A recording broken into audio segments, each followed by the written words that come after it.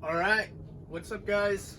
So we're gonna do something a little bit different here, and we're gonna put the jet skis off to the side, and we're gonna stop messing with all these SE bikes because I picked up an old shifter Kart chassis. And what we're gonna do with this build here is we're gonna try and convert this thing into something that I can take out, find a parking lot, and go drift around. So with that being said, I've been acquiring some parts and I've started kind of putting them all together to see if it'll work. I think I have kind of my bugs as of how to get this thing to sideways worked out. So now I think we can actually go ahead and like do a legit build series on this one now that I have everything kind of sorted out here. So there's some things like I got the rear axle mounted. I bought the chassis. It didn't have an axle, so I got an axle. Found some mounts that were gonna work, and then I welded those to the frame and got the bearing carriers all bolted up. So we do have an axle. It's spinning, it's working. The spindles were only giving me a little bit of turn radius, so in my head I thought I could cut the steering arm off of the spindle itself and move it over, flip it over, re-weld it so it would clear the frame a little bit more, which worked out. So I'll go ahead and show you guys how I did that one on the other one before I start cutting stuff off. But yeah, and then we're gonna strip it down. We're gonna throw some paint on it. I think I'm gonna put a Predator 212 on the back, which should be plenty enough to just go slide it around on some PVC donuts. But yeah, we're just gonna kind of mess around with it. I kind of needed something to weld on, so we got some metal to zap together and play with and make something cool. So yeah, let's do a little walk around. So to start, the chassis came with this kid-size seat that does not fit my butt, so that one's not gonna work. So we do have to figure out a seat for this thing. It does have a steering wheel with a hub goes on there. This wheel's a little bent, so I took it off. I was gonna try and refinish it and bend it back, but I might just order another wheel for that. And then we got these plates, which were actually off of like a Jeep bumper that I had in the scrap metal pile. But they already had the perfect holes drilled for that, and they are gusseted on this side. So I figured we go ahead and run those. I might end up putting like a V-notch cut in this right here, but I also thought that was a good mount to maybe throw some fenders over the back, so I'm not throwing asphalt, gravel and stuff at the back of my head all the time. But then we have plenty of room to throw a brake hub and a rotor on here, mount a caliper to there, and we'll have brakes. The axle came with these bearing carriers, and these carriers are like $100 a piece. So, and this chassis had already had the third carrier. You're supposed to run 3 of these when you run these. It already had this loop bar cut off with the other mount that goes right here. So I figured we're just gonna do it this way. I think this is a little bit stronger than the other mount anyway. I might throw another gusset just from here to there, like a pipe reinforcement in there. And then this thing's like 2 inches too long to fit in my truck, so I think at the back of these wheels I'm gonna chop the back of this frame off and then build another bumper extension that I can take on and off just so it fits in the back of my truck a little better. But then, so I think I have an engine mount and engine sourced. We'll see about picking that up next week after I get paid again. But throttle is actuating to there.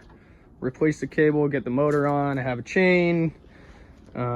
These mounts slide back and forth. The engine mount will slide back and forth on those 2 frames, so chain tension won't be an issue.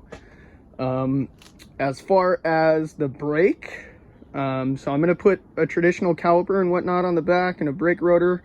But the front, I actually want to do like a cheap eBay, like drift hydro e-brake.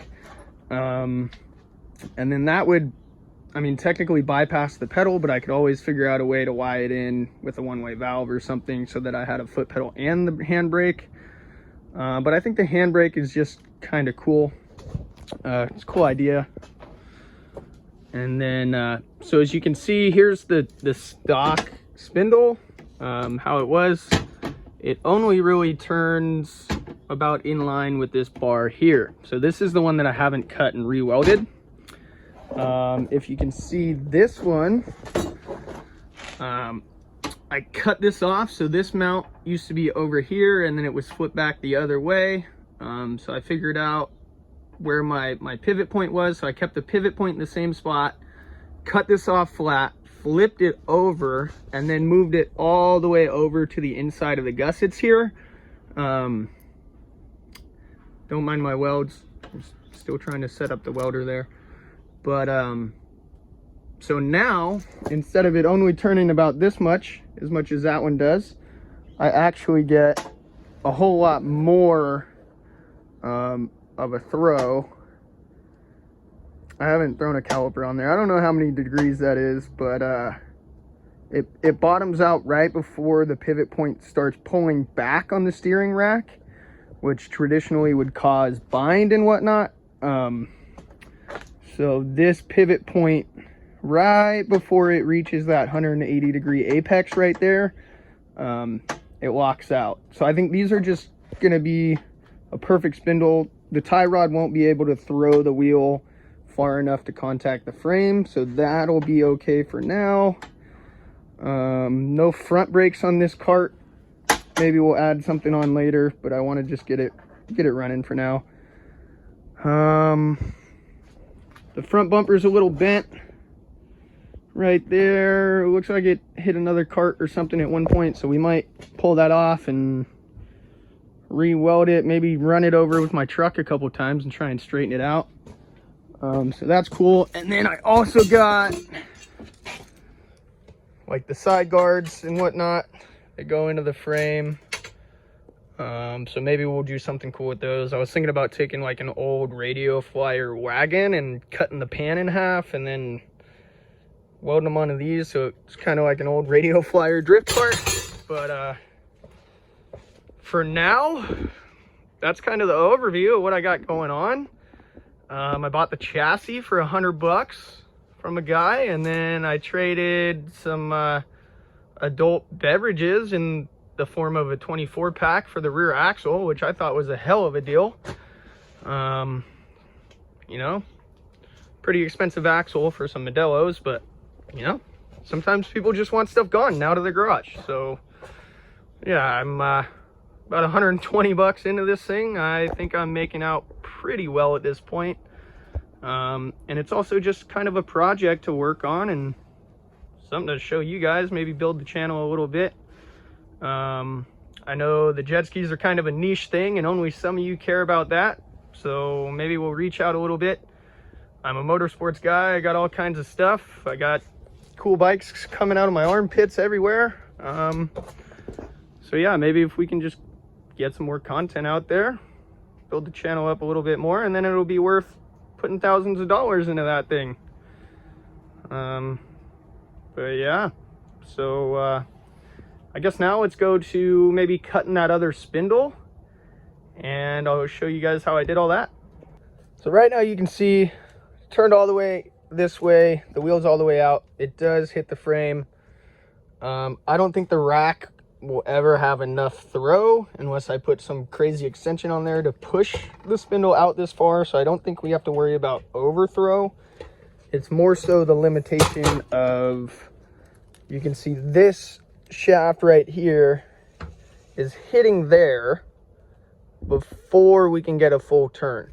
So what I did on the other side, so I took a grinder, the cutoff wheel, and I just cut this weld flat right here, right?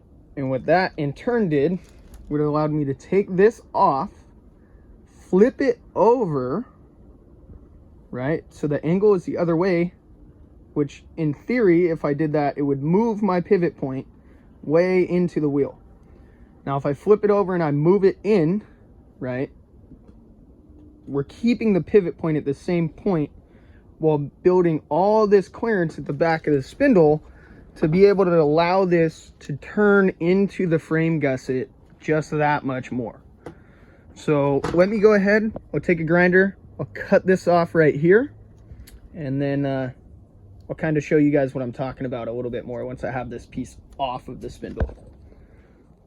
Little tech tip as well for you guys. So if you're trying to cut something that moves, like say this spindle on this pivot, and the whole time I'm going to try and cut this, it's going to be jumping around. I'm going to have to hold this with this hand and cut right here. Just get a piece of baling wire, a piece of wire or something, and tie it back, give it some tension, just so you don't have to worry about it. And it'll make that cut a whole lot easier for that extra 30 seconds of time it took to tie that back. So now with this piece chopped off of there, instead of it bottoming out right about here, it'll go all the way back. So now, take this piece that was here, and we move it up in line with the spindle.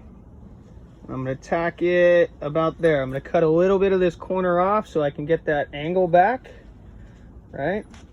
And then I might put these up next to the other one that I just did to make sure they're symmetrical, and weld that back on there, which will in turn, instead of bottoming out here, give me all that much more angle there. So that's what I want to do. I'm going to get this thing to turn as much as possible without overthrowing this rod, like I said. Once this thing goes, you'll see it'll turn, right? Once it starts throwing past is when you start getting the steering wheel shaft to bind up. So let me go ahead and throw some tacks on here real quick. Trim this corner so it fits up onto this concave a little better, and I'll tack it in place and show you guys what I'm talking about. So I made this little jig real quick, put a hole right there so I can bolt that arm onto my jig, and then basically the corner of this fits right on there. It's going to rest on the spacers. I'm going to swap over to the other spindle, and then the nut on there as well to keep that flat and level. And then once I have it in the same line, flat and level, with my level on there, I'll go ahead and tack that on together, and then I'll pull my jig off, and I should have two identical spindles. Okay, so I use my jig here.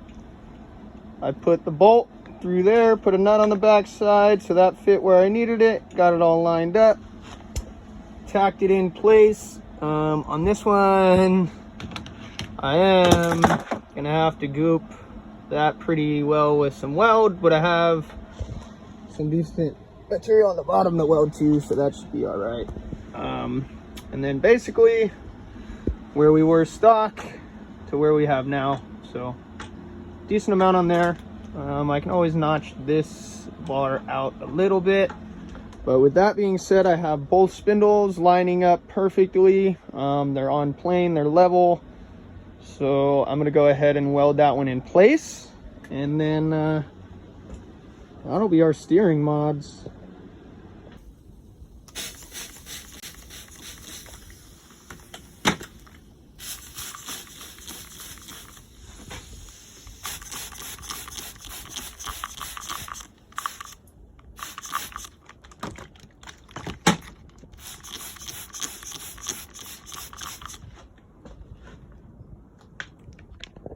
Alright guys, I think that's about all that I have for this video. I do have a lineup on a motor. I'm going to go and try and get that this week. I've been pretty hard up getting the paint and the powder coat off of this frame so we can go ahead and prime and paint it a different color. So that's going to take me a while. I'm not going to really bore you guys with like stripping it. Maybe we'll go over like paint it a little bit, but I mean it's pretty basic paint at this point. So yeah, I'm going to throw some like primer on there, some paint, maybe some clear coat, and then hopefully I'll have the engine by the time this thing is dry and ready to start bolting stuff to, and then we can kind of start doing a final assembly. I still need to get some brake parts so that we can stop this thing, but other than that, I think it's coming along just all right.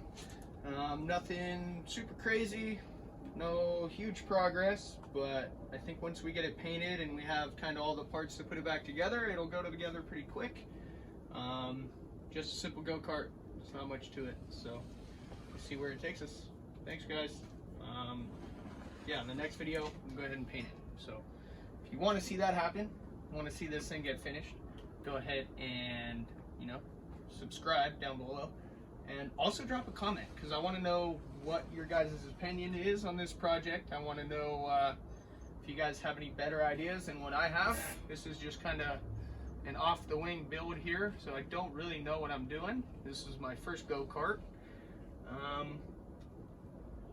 But been doing a lot of research, so I kind of have an idea of what I need to get done. But if you guys have any critiques, anything that you see that I'm doing that you know is not going to work in the final version, go ahead and drop a comment, let me know. But until then, thanks guys.